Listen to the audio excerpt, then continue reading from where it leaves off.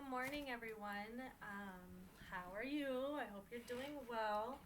So, since we can't meet in person and sometimes Zoom is really fickle, I thought that maybe we could do a little bit of a lecture online for our next part of our unit for light, and that is with seeing light. With this this section, we will be focusing on how you see objects, like how your eyes see objects, and also what types of lenses are used to support those that can't see. So, when we were looking at concave and convex lenses in our last section, we are going to look at how those lenses are used to help others. Okay? Before we do that, though, let's do this little, I don't know, fun thing to try out with our eyes. So all you have to do, take your finger, one finger, okay? Just look at the tip of your finger and get it close to your face and really focus on the tip of your finger, okay? Get it close to your face and just focus on that tip of your finger. What do you notice about everything that's happening behind your finger? Don't look at the background, just what do you notice? One thing I notice is that everything's getting blurry that's behind it. I can focus on the finger's perfectly clear, everything else is getting kind of blurry or doubled. It's really hard to see. So now, if I keep my finger where it was, still focusing on it, and I still focus on it, and I pull it away from my eyes slowly, or my face slowly, then I notice everything else starts to get a little easier to see and gets clearer into my field of vision. This is because the eye has the ability to automatically focus onto distance that are moving, onto objects that are moving and in the distance. So it's a fun little thing that our eyes can do, which is pretty awesome. And it does deal with light because of the light that's being bounced off of our finger and into our eyes so we can see it. It's shorter and it's easier to see, happening better than stuff that's in the background, but as it gets further away, you can actually see it a bit better. So, with that, let's go ahead and start talking a little bit about seeing light. So, in this section, once again, we will be talking about how our eyes see objects and what types of lenses are used to correct vision problems. Okay, those are the two key questions that are going to be answered throughout this really short section. Just in case you forgot, the pages are pages 62 through 64. It's really short. We will read this if we haven't already done so together, just because it's super quick, okay? One thing I would like you to think about is that the eye, actually, it's considered an organ. And it's the thing that actually transmits,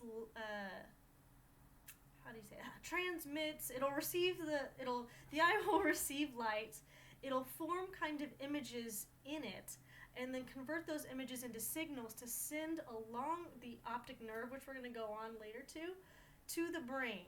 And then those images are visualized for us. However, they're actually upside down in our eyes, and the brain will flip it around. So, I'm jumping ahead a little bit, okay? So let's look at how the eye is actually set up, okay? So here, this is the actual breakdown. There's a lot more to it, but this is like a quick overall breakdown of the eye. So, light will come into the eye, it'll stimulate the retina in the back of the eye, send impulses to our brain, which goes down sends impulses to our brain through the optic nerve. Main parts that I want you all to really understand, okay? With this, let me see if I can get my little highlighter here, and let's do it no, not in green. Green will actually make it more difficult to see. So, with our words here, cornea, okay?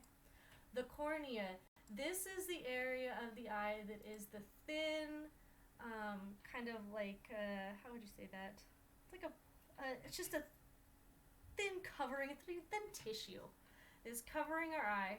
It's actually like almost protecting our eye. It's covering in front of the eye. Okay, it's this thin tissue that's going in front of the eye and protecting the eye, protecting the rest of the eye. Blech. Having a hard time talking.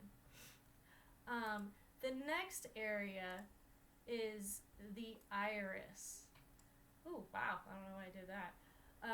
So the iris, this is the area that surrounds our pupil right here, the colored area, and where it's surrounding the pupil, it's actually going to open up and close to allow light into the eye. Okay, so when you think about the colored part of our eye, that's actually like kind of like a shutter on a camera. It's going to open up and close depending on how bright it is outside. So if you've ever noticed that your eye, the pupil of your eye, when it's really bright, will kind of tighten close. That's the iris actually closing in on the eye. It's not the pupil shrinking, it's the iris tightening in on it. When it's really dark, this area will open up more to allow more light in for us to try and see around. Then our next area, our next word is the pupil right here.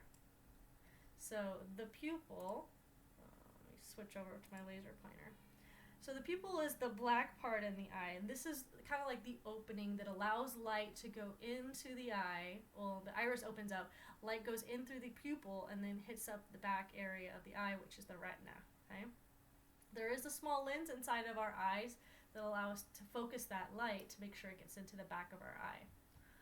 The next really important part that I really want you to make sure you understand is the retina. That didn't really help, huh? Oh well, let's just do that anyway. So the retina, this is actually, people think that the retina is something physical or like almost like the lens in the eye, but it's actually the whole back side of our eye. It's a small sheet or a thin sheet of light sensitive cells that are attached in the eye that allow light to be absorbed into the back of the eye where an image basically is formed. Okay, so this is kind of like where the image is being formed in here. So it's going to come into our eye. The focal point will be on our retina. So if you remember the focal points we were talking about last time, it's going to project into our eye, and then it'll focus right here on the back here on the retina to create that upside down real image. Okay, that's going to hit on our retina. And then as it hits the retina, it's converted into signals that are sent through our optic nerve and connect to our brain. Okay? Pretty fun if you think about it. But the biggest part overall, light's going to come in, iris is going to open up, let light in, it's going to hit our retina. The focal point will be in the back of the eye on the retina if the eye doesn't have any corrections needing to be made. Haha. But the focal point will be in the back on the retina, and it will create that upside down image of the object that you're seeing. With that, we will pause for this part. I want to get into rods and cones, and then a little bit on nearsighted and farsightedness. But for now, I want to pause this video to give you kind of time to think about the cornea, the iris, the pupil, the retina, and those main things in our eyes that allow us to see. Okay, so think about light coming in, hitting the back of the eye with the focal point being on the retina, forming that upside down image. Why is it upside down? Because it is a real image. Okay, and then it's going to get turned into kind of like data almost going to our brain. All right. So in the next video, we'll go a little bit over the rods and cones. But I do want you to think a little bit about why those images end up becoming right side up for us. So put that in your brain. Think about that.